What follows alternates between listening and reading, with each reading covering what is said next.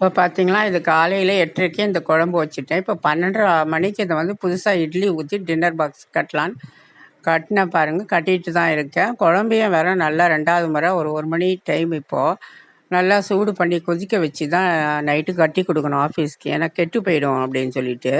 கடைசியில் பார்த்தீங்களா, என் பையன் வந்து எல்லாம் கட்டி வச்சு ஃபேன் கீழே ஆற வச்சுக்கிறேன்.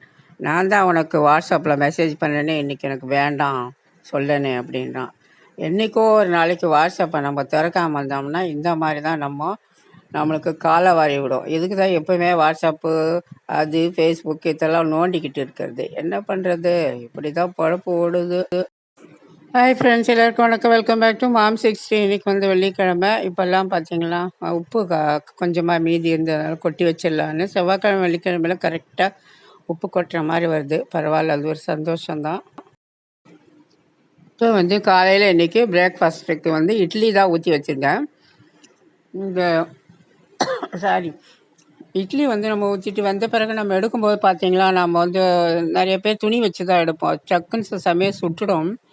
அதுவும் இந்த அலுமினியம்லாம் ரொம்ப சுட்டுரும். அதுக்கு பதில் நீங்கள் இந்த மாதிரி இடுக்கி வச்சு எடுத்தீங்கன்னு வைங்களேன், எந்த இடுக்கியாக இருந்தால் கூட பரவாயில்ல, நல்லா வாஷ் பண்ணிட்டு அதில் வச்சு எடுக்கும்போது அழகாக வந்துடும், சுடாது. பிகினர்ஸ்க்கு இந்த டிப்ஸு வந்து நல்லா யூஸ்ஃபுல்லாக இருக்கும்னு நினைக்கிறேன்.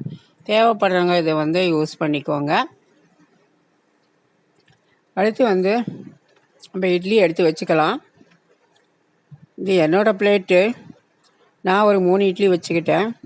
அடுத்து என் பொண்ணு வந்து 2 இட்லி சாப்பிடுவா. அவளுக்கு அந்த இதில் பாக்ஸில் போட்டிருக்கேன். அவள் ஸ்பூன் போட்டு சாப்பிடுப்பாருன்னா அதுக்கு வந்து சைட் டிஷ் வந்து மூக்கடலை கடலை குழம்புலாம் எல்லாம் மிளகெல்லாம் சோம்பு சீரகம் எல்லாம் வறுத்து அரைச்சி குழம்பு வச்சுருக்கேன். ரொம்ப டேஸ்ட்டாக இருக்கும்.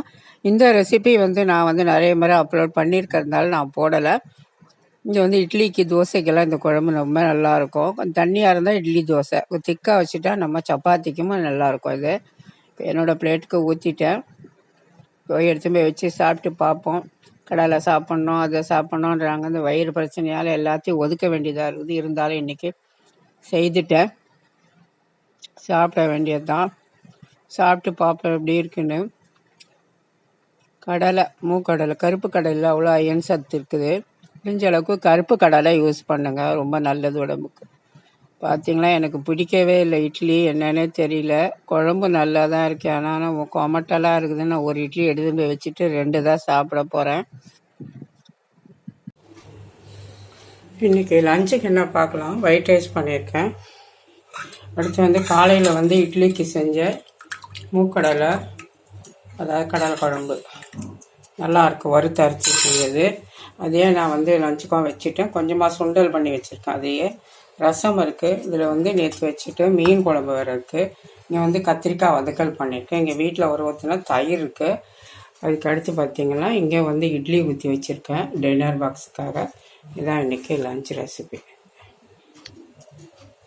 இது வந்து நம்ம டின்னர் பாக்ஸுக்கு எடுத்து வச்சுக்கலாம். 4 இட்லி எப்பவும் போல். இது என்னோடய பையனுக்காக. அடுத்து வந்து இங்கே வந்துட்டு நம்ம அந்த கடலை குழம்பு இருக்கு இல்லையா, அதை வச்சுக்கலாம்.